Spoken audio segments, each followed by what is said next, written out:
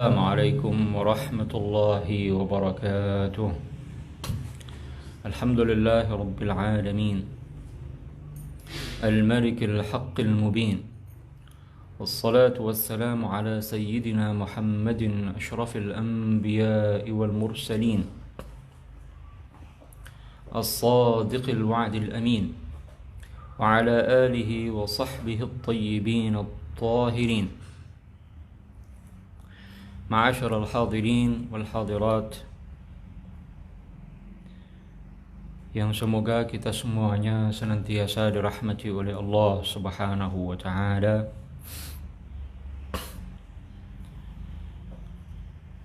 Kita kembali bertemu dalam kajian kitab Nurud Duja min Aqidati A'immatil Huda.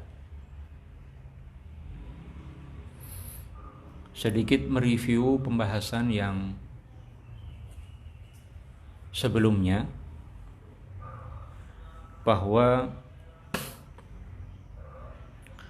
setelah dijelaskan macam-macam benda, kemudian ditegaskan bahwa setiap benda memiliki ukuran, baik benda latif, baik benda kathif, benda latif, benda yang memiliki ukuran yang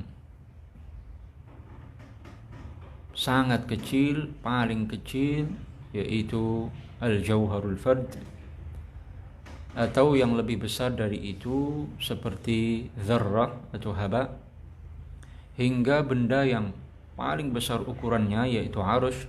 Semuanya memiliki ukuran sesuai dengan firman Allah Subhanahu wa taala, wa kullu syai'in 'indahu bimiqdar, bahwa segala sesuatu memiliki ukuran yang telah ditetapkan oleh Allah Subhanahu wa taala.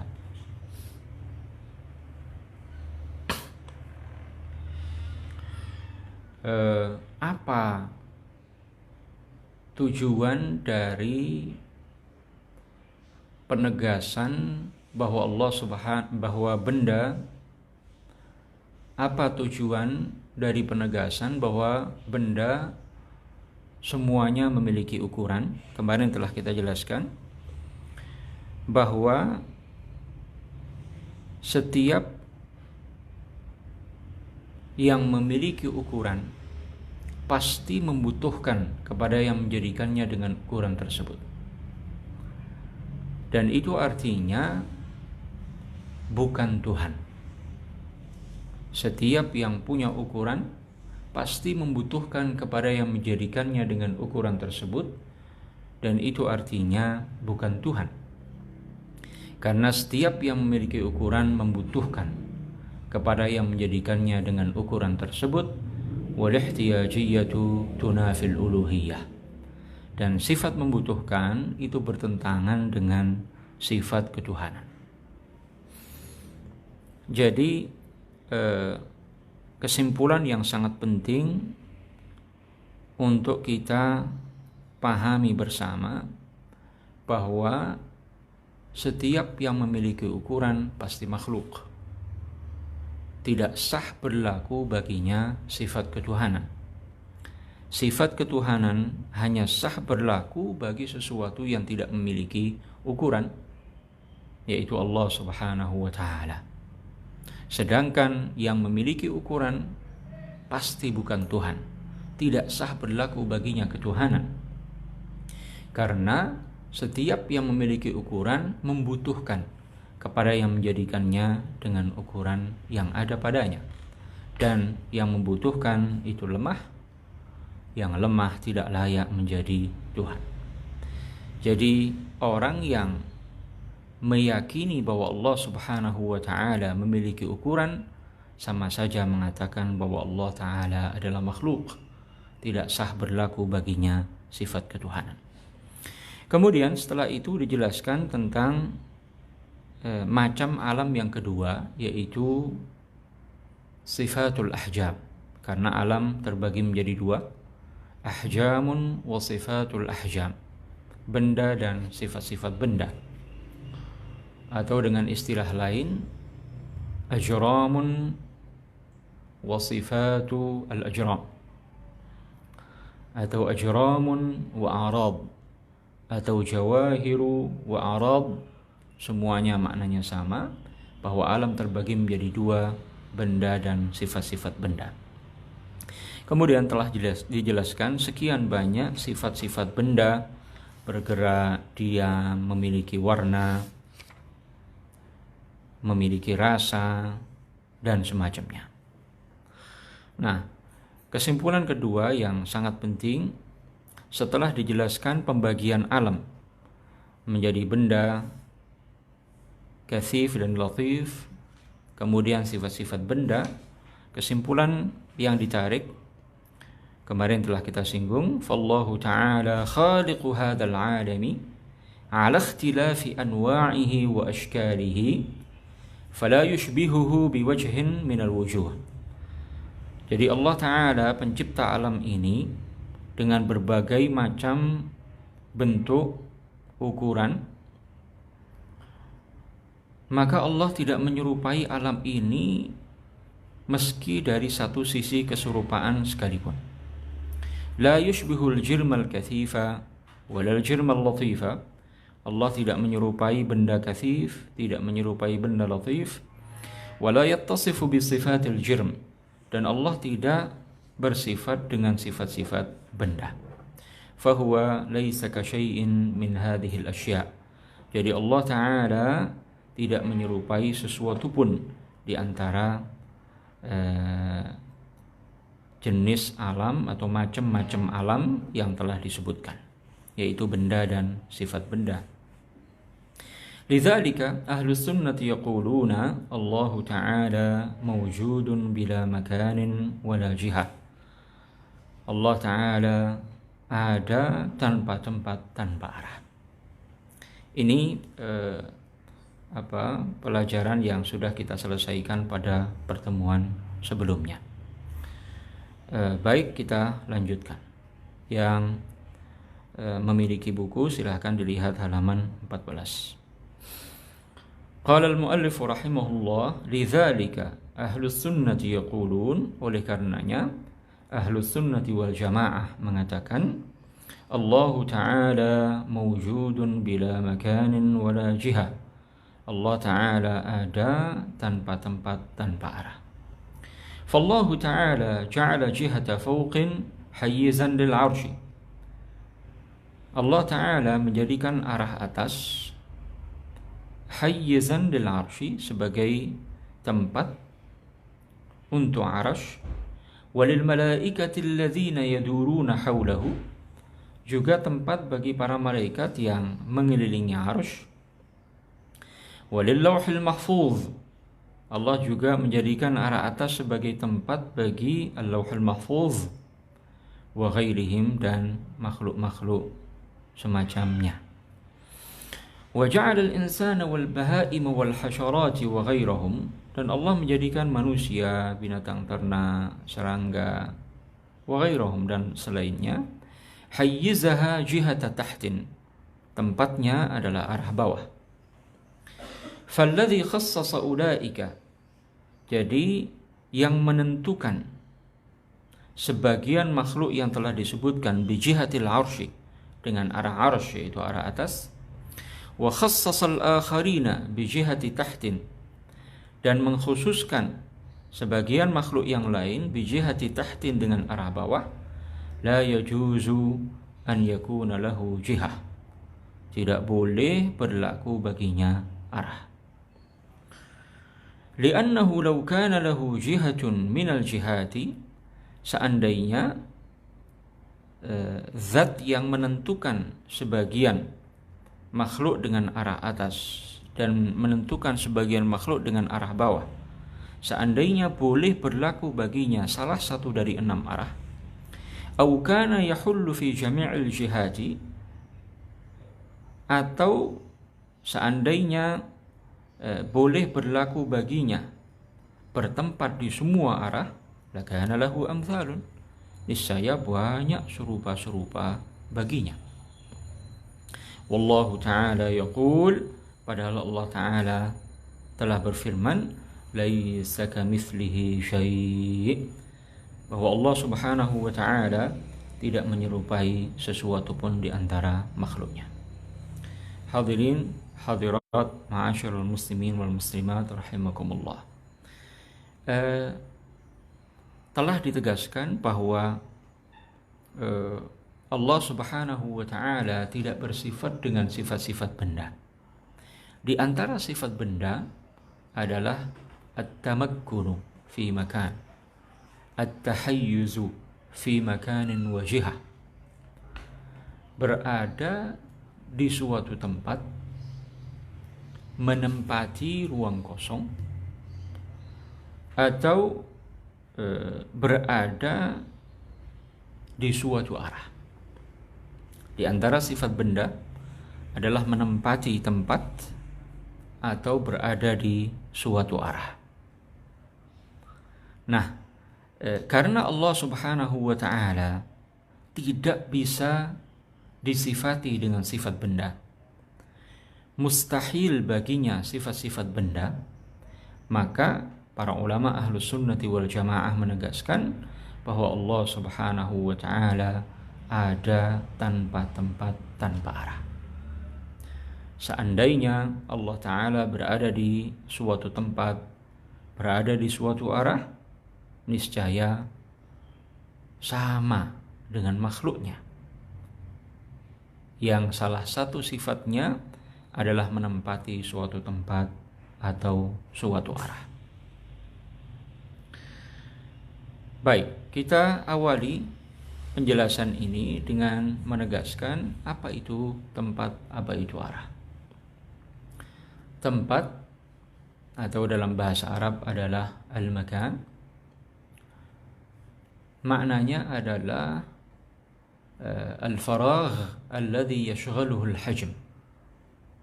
Al-faragh alladhi yashghaluhu al-hajm. Ruang kosong yang diisi oleh suatu benda. Al-faraghu alladhi yashghaluhu al-hajm. Ya.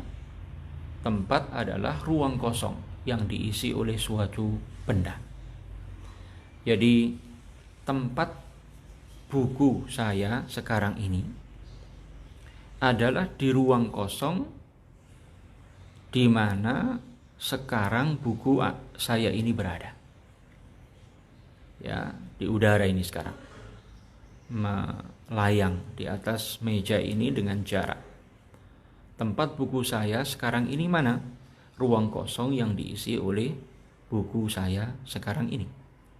Ketika buku saya ini saya pindah ke atas meja, maka tempatnya adalah ruang kosong yang sekarang diisi oleh buku saya di atas meja.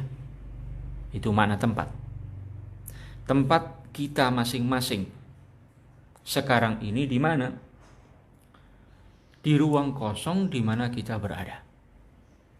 Jadi tempat adalah ruang kosong yang diisi oleh suatu benda. Baik itu benda kathif maupun benda latif. Al-jihah, arah, itu adalah hududun wa atrafun lil amkinah atau nafsul amkinah. Arah itu adalah ujung dari tempat atau tempat itu sendiri. Arah adalah ujung dari suatu tempat, ujung dari tempat atau tempat itu sendiri. Ya, itu definisi dari arah. Kemudian tadi telah ditegaskan bahwa di antara sifat-sifat benda adalah menempati suatu tempat atau suatu arah. Arah itu ada 6. Ya, atas, bawah, kanan, kiri, depan, belakang. Jadi arah itu ada 6. Nah, para ulama Ahlus Sunnati wal Jamaah menegaskan bahwa Allah Subhanahu wa taala ada tanpa tempat, tanpa arah. Allah Ta'ala mawjudun bila makanin wala jihah. Allah Ta'ala ada tanpa tempat, tanpa arah. Apa maksud dari perkataan ini?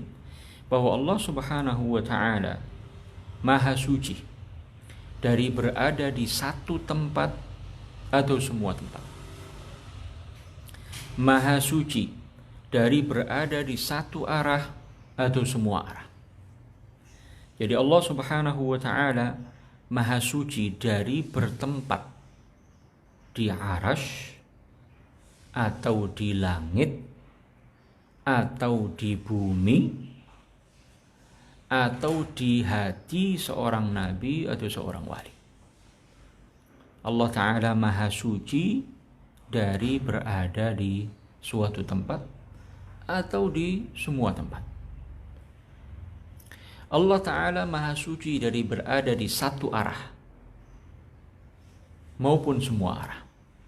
Jadi tidak boleh diyakini bahwa Allah Ta'ala ada di arah atas atau di arah bawah atau di arah kanan atau di arah kiri atau di arah depan atau di arah belakang. Allah Ta'ala Maha Suci dari berada di atas arasy atau di kanan arasy atau di kiri arasy atau di bawah arasy atau di depan arasy atau di belakang arasy. Allah Ta'ala Maha Suci dari berada di atas langit atau di bawah langit atau di kanan langit atau di kiri langit atau di depan langit atau di belakang langit, dan demikian seterusnya. Allah Ta'ala Maha Suci dari berada di satu tempat atau semua tempat, Maha Suci dari berada di satu arah atau semua arah. Jadi tidak boleh diyakini bahwa Allah Subhanahu wa Ta'ala ada di satu tempat, baik tempat itu arusy ataukah langit ataukah bumi ataukah surga. Juga tidak boleh diyakini bahwa Allah Subhanahu wa Ta'ala ada di semua tempat, ada di mana-mana.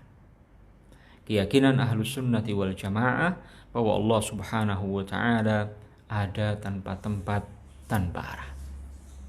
Tidak boleh diyakini bahwa Allah Subhanahu wa Ta'ala ada di arah atas atau di arah bawah atau di arah depan atau di arah belakang atau di arah kanan atau di arah kiri.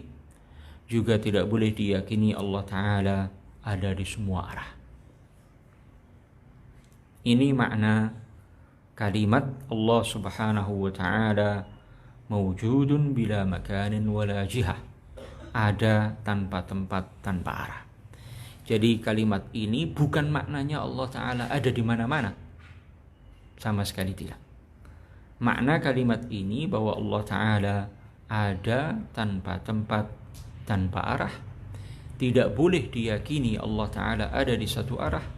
Tidak boleh diyakini Allah Ta'ala ada di satu tempat. Tidak boleh diyakini Allah Ta'ala ada di semua tempat, ada di semua arah. Tidak boleh diyakini Allah Ta'ala ada di mana-mana. Kemudian pengarang kitab ini menegaskan sedikit dalil yang menunjukkan bahwa Allah Subhanahu wa Ta'ala ada tanpa tempat, tanpa arah. Apa dalilnya? Beliau menegaskan bahwa Allah Subhanahu wa Ta'ala menjadikan arah atas sebagai tempat bagi arasy, para malaikat yang mengelilingi arasy, Al-Lauhul Mahfuz, dan beberapa makhluk lainnya. Allah Ta'ala menjadikan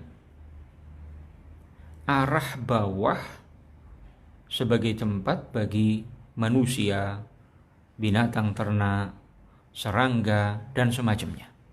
Nah, Allah Ta'ala yang menjadikan sebagian makhluknya berada di arah atas dan menjadikan sebagian makhluknya di arah bawah, maka mustahil berlaku baginya arah. Karena seandainya Allah Ta'ala ada di satu arah, ada di salah satu di antara 6 arah, atau berada di semua arah, niscaya Allah Ta'ala memiliki banyak serupa. Niscaya Allah Subhanahu wa Ta'ala tidak saja memiliki satu serupa, tapi akan memiliki banyak serupa, dan ini bertentangan dengan firman Allah Subhanahu wa taala, laisa kamitslihi syai'. Karena dalam ayat ini Allah taala tegaskan bahwa Allah tidak menyerupai sesuatu pun di antara makhluknya. Jika dikatakan Allah taala ada di arah atas atau ada di arah bawah, niscaya banyak serupa-serupa bagi Allah Subhanahu wa taala. Ini salah satu dalil yang menunjukkan bahwa Allah taala ada tanpa tempat, tanpa arah. Setelah kita jelaskan tentang definisi tempat dan arah, kemudian salah satu dalil yang menunjukkan bahwa Allah taala ada tanpa tempat, tanpa arah, kita jelaskan lebih detail. Dalil-dalil yang menunjukkan bahwa Allah Subhanahu wa taala ada tanpa tempat, tanpa arah. Dalil yang menunjukkan bahwa Allah Subhanahu wa taala ada tanpa tempat, tanpa arah, ini kita sampaikan secara ringkas. Dalilnya dari Al-Quran, dari hadis, dari ijma' para ulama Islam, dan dalil aqli, dalil akal, argumen rasional.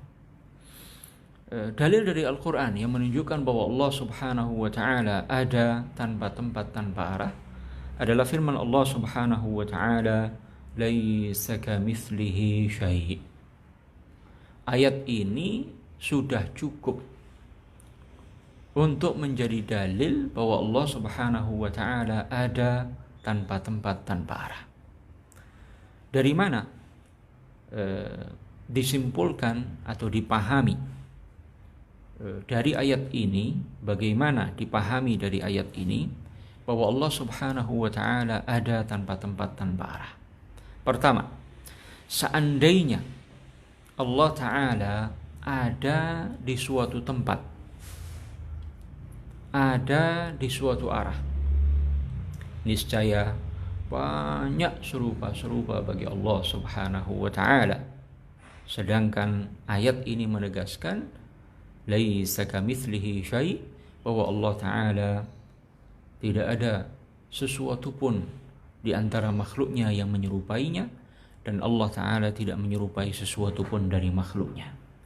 Seandainya Allah taala ada di suatu tempat, ada di suatu arah, niscaya banyak serupa-serupa bagi Allah Subhanahu wa taala. Karena arus ada di suatu arah, para malaikat yang mengelilingi arus ada di arah atas sana, Al-Lauhul Mahfuz ada di arah atas, ya, manusia, binatang, serangga-serangga ada di arah bawah. Sebagian makhluk Allah ada yang berada di suatu tempat dan arah antara atas dan bawah, antara langit dan bumi. Bulan, bintang, matahari itu posisinya di bawah langit, di atas bumi. Nah, seandainya Allah Ta'ala ada di suatu tempat, ada di suatu arah, niscaya banyak serupa-serupa bagi Allah Subhanahu wa Ta'ala. Bukan hanya satu serupa, banyak serupa-serupa bagi Allah Subhanahu wa Ta'ala. Karena sekali lagi, ya, harus ada di arah atas, ya, harus ada di suatu tempat. Langit ada di suatu tempat, matahari ada di suatu tempat, bulan ada di suatu tempat, manusia, binatang ternak masing-masing berada di suatu tempat dan arah. Jadi seandainya Allah Ta'ala ada di suatu tempat atau arah, niscaya banyak serupa-serupa bagi Allah Subhanahu wa Ta'ala, dan itu bertentangan dengan ayat laisa kamitslihi syai', bahwa Allah tidak menyerupai sesuatu pun di antara makhluknya. Dalam ayat lain yang semakna, Allah Ta'ala menegaskan, fala tadribu lillahil amthal, jangan jadikan serupa-serupa bagi Allah Subhanahu wa Ta'ala. Kedua, ayat ini menunjukkan bahwa Allah ada tanpa tempat, tanpa arah.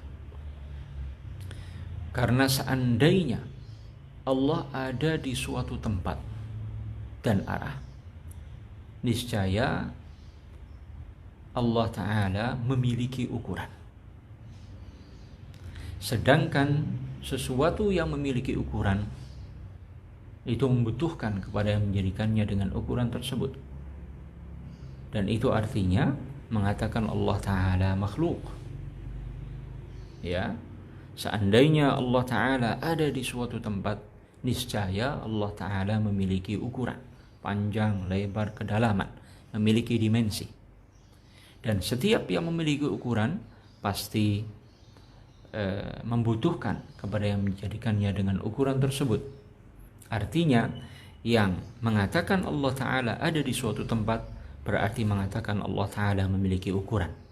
Yang mengatakan Allah Ta'ala memiliki ukuran berarti mengatakan bahwa Allah adalah makhluk, karena setiap yang memiliki ukuran adalah makhluk. Kemudian dalil dari hadis baginda Rasulullah sallallahu alaihi wasallam yang menunjukkan bahwa Allah Ta'ala ada tanpa tempat, tanpa arah.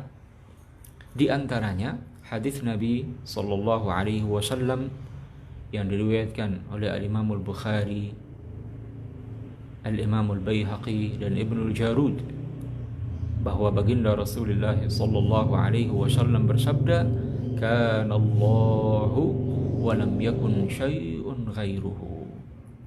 Allah ada pada azal. Allah ada tanpa permulaan, dan belum ada sesuatu pun selain Allah. Artinya hadis ini menegaskan bahwa pada azal keberadaan tanpa permulaan, yang ada hanya Allah. Belum ada segala sesuatu selain Allah.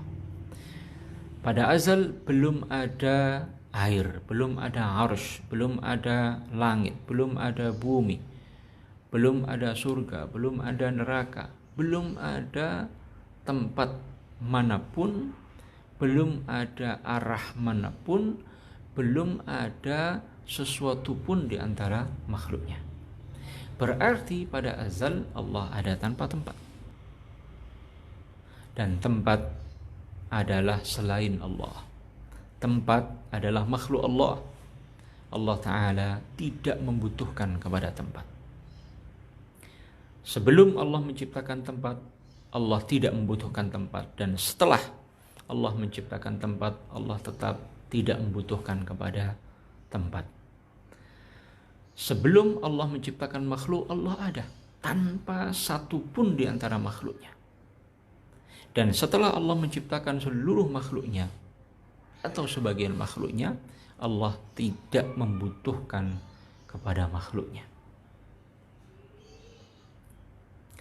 Sebelum Allah menciptakan makhluknya, baik itu arsy, langit, bumi, surga, Allah ada tanpa tempat. Dan setelah Allah menciptakan tempat, Allah tetap ada tanpa tempat. Karena Allah tidak akan berubah. Allah tidak berlaku baginya sifat berubah. Karena berubah adalah ciri dari makhluk. Berubah adalah sifat dari makhluk. Karena setiap yang berubah membutuhkan kepada yang merubahnya dari satu keadaan ke keadaan lainnya. Dengan demikian hadis ini menunjukkan bahwa Allah Subhanahu wa Ta'ala ada pada azal tanpa tempat dan selamanya. Allah Ta'ala ada tanpa tempat karena Allah Ta'ala tidak berubah. Sifat berubah berlaku bagi makhluk, tidak berlaku bagi Allah Subhanahu wa Ta'ala. Dalil lain dari hadis baginda Rasulullah sallallahu alaihi wasallam yang menunjukkan bahwa Allah Subhanahu wa Ta'ala ada tanpa tempat, tanpa arah.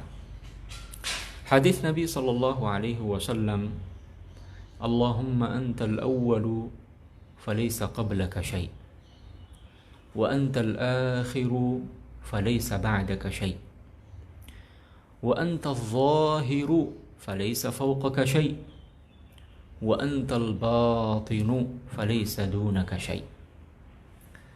Di penggalan kedua dari hadis ini, Allahumma antal al-zahiru falaysa fawqaka syai'. wa antal batinu falaysa dunaka syai'. Ya Allah, Engkau adalah al-zahir. Makna al-zahir, segala sesuatu menunjukkan akan keberadaan Allah. Falaysa fawqaka syai', tidak ada sesuatu pun di atasmu. Wa antal batinu, dan Engkau al-batin. Al-batin maknanya bagi Allah yang tidak bisa dijangkau hakikatnya, yang hakikatnya tidak bisa dijangkau oleh pikiran makhluk, oleh khayalan makhluk, oleh bayangan makhluk. Hakikat Allah Ta'ala tidak ada yang mengetahuinya kecuali Allah. Falaysa dunaka syai', maka tidak ada sesuatu pun di bawahmu. Para ulama menegaskan dalam hadis ini Nabi menyebutkan dua nama Allah, Al-Zahir dan Al-Batin. Kemudian Nabi menyatakan tentang Allah, tidak ada sesuatu di atasmu, tidak ada sesuatu di bawahmu. Para ulama mengatakan jika tidak ada sesuatu di atasnya, tidak ada sesuatu di bawahnya, berarti Allah ada tanpa tempat, tanpa arah. Karena seandainya Allah Ta'ala ada di suatu tempat, di suatu arah, di atasnya ada sesuatu yang lain, di bawahnya ada sesuatu yang lain. Nah, ketika dalam hadis ini Nabi menegaskan tidak ada sesuatu di atasmu, tidak ada sesuatu di bawahmu, berarti Allah Ta'ala ada tanpa tempat, tanpa arah. Jika tidak ada sesuatu di atasnya, tidak ada sesuatu di bawahnya, berarti Allah Ta'ala ada tanpa tempat, tanpa arah.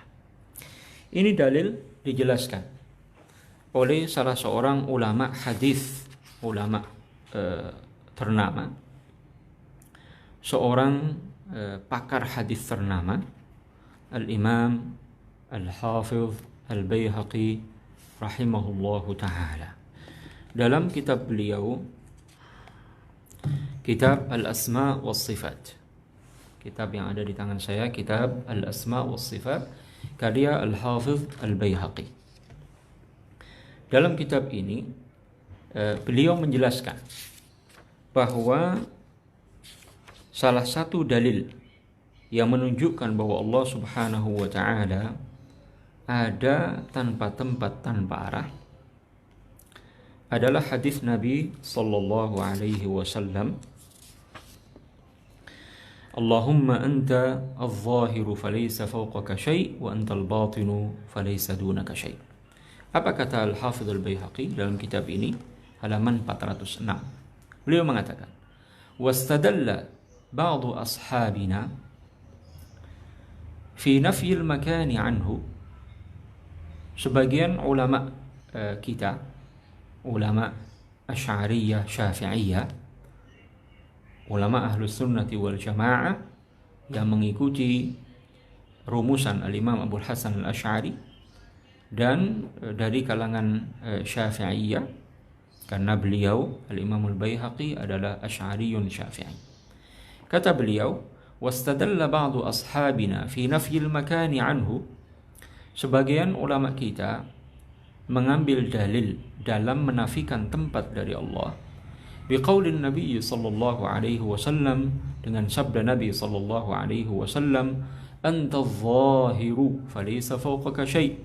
Engkau ya Allah al-zahir, tidak ada sesuatu di atasmu. Wa anta al-batinu falaysa dunaka syai'. Engkau al-batin, tidak ada sesuatu di bawahmu. Wa idza lam yakun fawqahu syai', ini kesimpulan yang diambil. Wa idza lam yakun fawqahu syai', jika memang tidak ada sesuatu di atasnya, wala dunahu syai', tidak ada sesuatu di bawahnya, lam yakun fi makan, berarti Allah ada tanpa tempat. Karena seandainya Allah ada di suatu tempat, di atasnya akan ada sesuatu yang lain, di bawahnya akan ada sesuatu yang lain. Nah, karena Nabi menjelaskan bahwa tidak ada sesuatu di atasnya, tidak ada sesuatu di bawahnya, berarti Allah Subhanahu wa ta'ala ada tanpa tempat. Ini dalil dari hadis yang dijelaskan oleh Al-Imam Al-Hafidh Al-Baihaqi dalam kitab beliau Al-Asma was Sifat. Kemudian dalil dari ijma'. Para ulama Islam menyepakati atau ijma'. Ijma' itu kesepakatan para ulama Islam. Para ulama Islam menyepakati bahwa Allah Subhanahu wa ta'ala ada tanpa tempat, tanpa arah. Allah Ta'ala maha suci dari tempat dan arah. Allah Ta'ala maha suci dari berada di satu tempat atau di semua tempat. Allah maha suci dari berada di satu arah atau semua arah.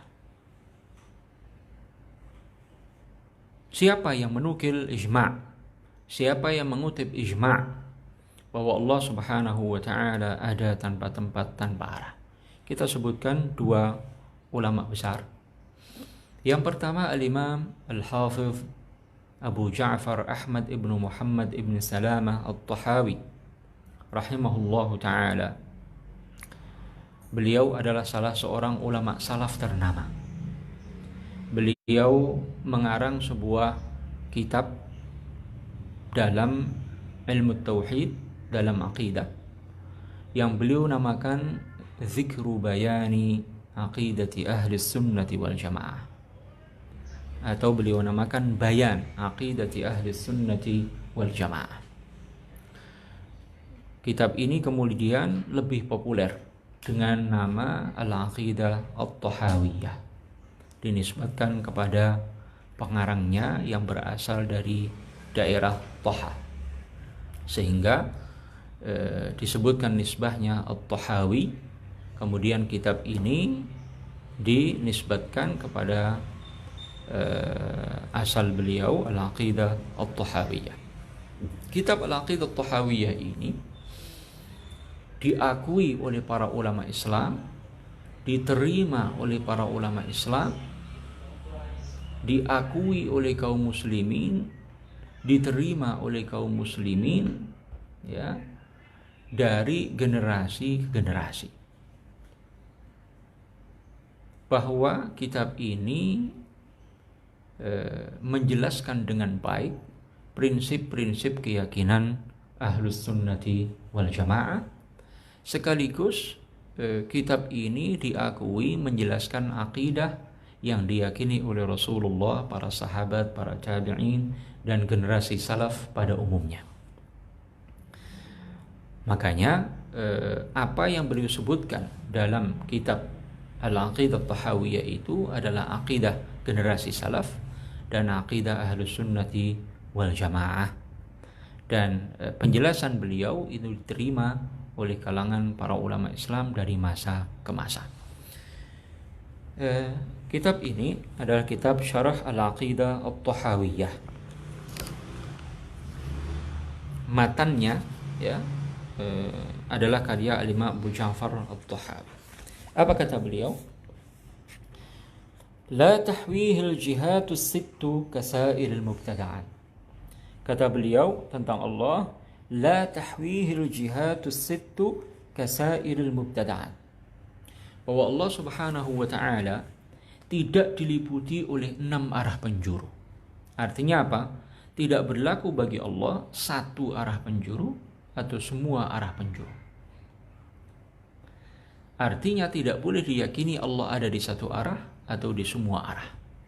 Tidak berlaku bagi Allah arah yang 6 itu, atas, bawah, kanan, kiri, depan, belakang.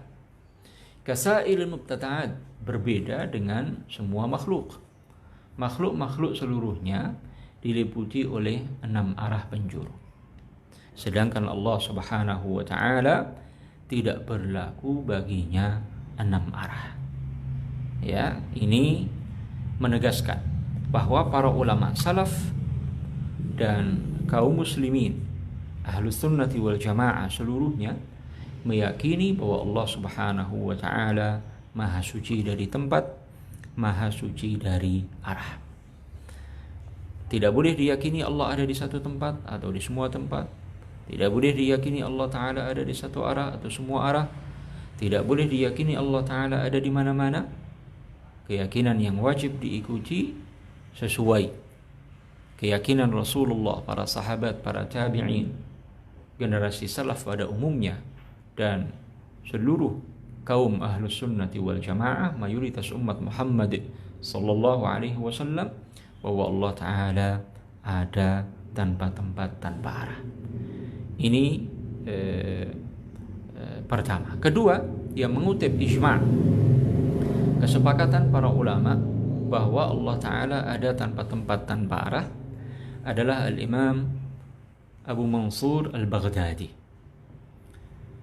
Abdul Qahir Ibn Tahir Ibn Muhammad Al-Baghdadi, yang meninggal tahun 429. Kitab yang ada di tangan saya adalah kitab Al-Farqu Bainal Firaq. Di bagian akhir dari kitab Al-Farqu Bainal Firaq ini, Al-Imam Abu Mansur Al-Baghdadi menyebutkan sekian banyak prinsip-prinsip keyakinan yang disepakati oleh Ahlus Sunnati wal Jamaah. Pada halaman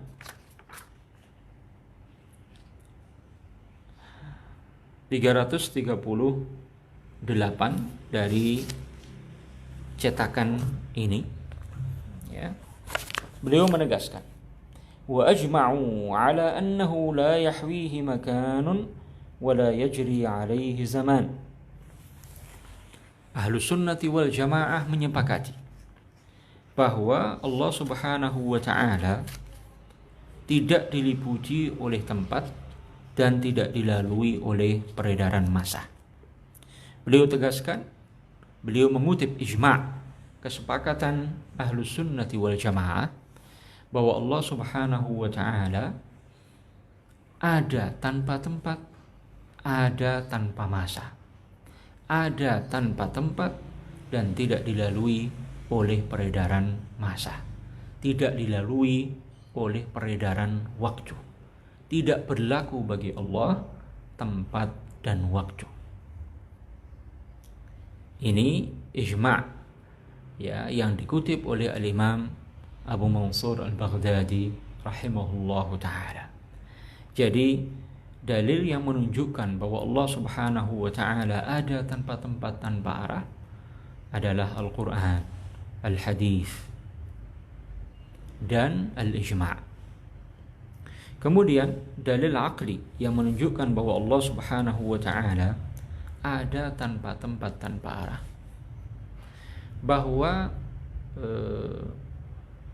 sebagaimana akal sehat menerima adanya Allah Ta'ala tanpa tempat, tanpa arah sebelum terciptanya tempat dan arah, maka akal yang sehat menerima adanya Allah Ta'ala ada tanpa tempat, tanpa arah setelah terciptanya semua tempat, semua arah.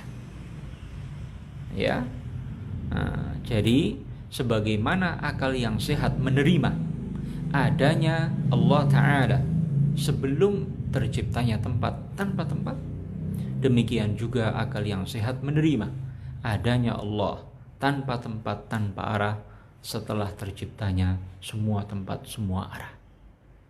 Jadi keberadaan tanpa tempat bagi Allah Subhanahu wa Ta'ala, ya, dalam konteks ini sesuatu yang bisa diterima dengan akal yang sehat. Jadi adanya Allah tanpa tempat, tanpa arah bukan sesuatu yang tidak masuk akal, bukan sesuatu yang mustahil, tidak.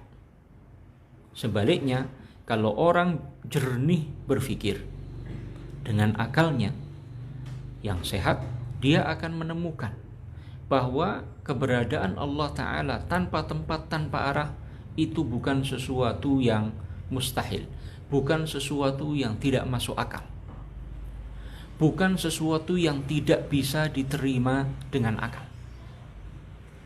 Ya, sebaliknya akal yang sehat, ya, jika kita menggunakannya untuk berpikir dengan benar, maka kita akan temukan bahwa Allah Subhanahu wa Ta'ala adanya tanpa tempat, tanpa arah, itu bisa diterima dengan akal yang sehat.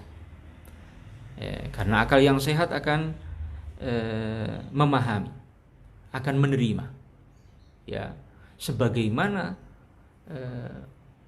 sebelum adanya tempat, Allah ada tanpa tempat, dan itu masuk akal. Memang tempat belum ada, ya, dan memang pada azal yang ada hanya Allah. Apapun selain Allah belum ada, ya. Berarti akal menerima adanya Allah tanpa tempat, tanpa arah, sebelum terciptanya tempat dan arah, ya. Dan akal menerima adanya Allah tanpa tempat, tanpa arah, setelah terciptanya semua tempat, semua arah. Jadi sekali lagi, keberadaan Allah tanpa tempat, tanpa arah bukan sesuatu yang mustahil, bukan sesuatu yang tidak masuk akal, ya. Dan penegasan bahwa Allah ada tanpa tempat, tanpa arah bukan menafikan adanya Allah. Jelas-jelas dikatakan Allah ada tanpa tempat, tanpa arah. Berarti apa? Bukan menafikan adanya Allah, tapi menafikan tempat dan arah dari Allah. Jadi sebagaimana akal sehat menerima adanya Allah tanpa tempat, tanpa arah, sebelum terciptanya semua tempat, semua arah, karena tempat dan arah memang belum ada pada asal. Demikian pula setelah terciptanya tempat dan arah, Allah tetap ada tanpa tempat, tanpa arah. Ini jika akal yang sehat, ya, digunakan untuk berpikir, akan menunjukkan pada fakta bahwa keberadaan Allah tanpa tempat, tanpa arah itu sesuatu yang bisa diterima dengan akal yang sehat. Ya, inilah dalil-dalil yang menunjukkan secara singkat dari Al-Quran, hadis, ijma' dan argumen rasional yang menunjukkan bahwa Allah Subhanahu wa Ta'ala ada tanpa tempat, tanpa arah. Dan keyakinan ini, keyakinan Ahlus Sunnati wal Jamaah, bahwa Allah ada tanpa tempat, tanpa arah, inilah keyakinan para ulama salaf, keyakinan generasi salaf dan khalaf, bahkan ijma', ya, sesuatu yang disepakati oleh kaum muslimin seluruhnya, ya.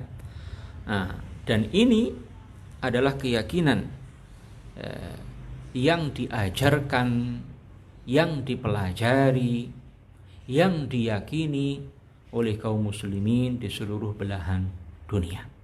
Mari kita lanjutkan bacaan kitab Nurud Duja min Aqidati A'immatil Huda. Qala al-muallif rahimahullah wa ala hadza kullu biladil Islam. Ya, keyakinan Allah ada tanpa tempat, tanpa arah, inilah keyakinan yang diyakini oleh kaum muslimin di seluruh belahan dunia Islam, di seluruh negeri kaum muslimin, di seluruh negeri kaum muslimin, fi Indonesia, di Indonesia, negeri kita tercinta, wa Misr, di Mesir, wal Iraqi, di Irak, wa Turkiyah, di Turki, wal Jazairi, di Aljazair, wa Tunus, di Tunisia, wal Yamani, di Yaman, was Somal, di Somalia, wa Barri Syam, dan daratan Syam, Palestina, Syria, Yordania, Lebanon, itu semuanya Barru Syam, wa ghairihim, dan selain mereka. Ala hadza ta'alimuhum, ya, keyakinan-keyakinan yang diajarkan di seluruh penjuru negeri kaum muslimin adalah ini, bahwa Allah Subhanahu wa Ta'ala ada tanpa tempat, tanpa arah. Ada 3 institusi, ya, pendidikan Islam yang sangat tua, ya. Satu di Mesir, Al-Jami' Al-Azhar atau Al-Azhar Syarif. Yang kedua, Jami' Al-Qarawiyyin di Maroko. Yang ketiga, Jami' Az-Zaitunah di Tunisia. Ini 3 lembaga di dunia Islam yang sangat tua, ya, sudah sekian abad lamanya. Di 3 institusi pendidikan tertua, ya, di dunia Islam, semuanya mengajarkan bahwa Allah ada tanpa tempat, tanpa arah. Dan di seluruh penjuru dunia Islam, jika kita amati, maka akan kita lihat, ya, materi-materi akidah, kitab-kitab akidah yang diajarkan di negeri-negeri kaum muslimin, di Indonesia, di Mesir, di Irak, di Turki, Aljazair, Tunisia, Yaman, Somalia, Syam, daratan Syam tadi, dan lain-lain. Semuanya kitab-kitab tersebut, ya, buku-buku ajar, ya, tersebut semuanya mengandung, semuanya mengajarkan keyakinan bahwa Allah Subhanahu wa taala ada tanpa tempat, tanpa arah. Ma'asyiral muslimin, hadirin hadirat rahimakumullah, inilah materi yang bisa kami sampaikan dalam kesempatan kali ini. Kalau tadi sudah kita jelaskan dalil dari Al-Quran, hadis, ijma' dan argumen rasional bahwa Allah Subhanahu wa taala ada tanpa tempat, tanpa arah. Insyaallah pada pertemuan berikutnya kita akan sebutkan riwayat-riwayat dari sebagian ulama salaf, kalangan sahabat, kalangan tabi'in, kalangan ahlu baiti Rasulullah, keturunan baginda Rasulullah sallallahu alaihi wasallam, ya. Dan beberapa ulama salaf ternama, akan kita sebutkan beberapa perkataan mereka yang selaras, sejalan dengan Al-Quran, hadis, ijma' dan dalil akal yang sudah kita sampaikan, yang menjelaskan bahwa Allah Ta'ala ada tanpa tempat, tanpa arah. Sekaligus nanti juga akan kita sampaikan perkataan beberapa ulama Indonesia, ulama negeri kita ini, yang menegaskan bahwa Allah Subhanahu wa taala ada tanpa tempat, tanpa arah. Itu semuanya dalam rangka membuktikan bahwa keyakinan Allah ada tanpa tempat, tanpa arah adalah keyakinan yang benar, dan itulah keyakinan yang diyakini oleh para ulama salaf, para ulama Islam, kaum muslimin di seluruh penjuru dunia, termasuk di negeri kita, negeri tercinta Indonesia ini. Mudah-mudahan bermanfaat. Kita lanjutkan pada pertemuan berikutnya. Kita akhiri dengan tahlil dan salawat Nabi. La ilaha illallah. Allahumma salli ala sayyidina Muhammad wa ala alihi wa sahbihi wa sallim. Rabbi ighfir li wa lil mu'minina wal mu'minat. Wassalamu alaikum warahmatullahi wabarakatuh.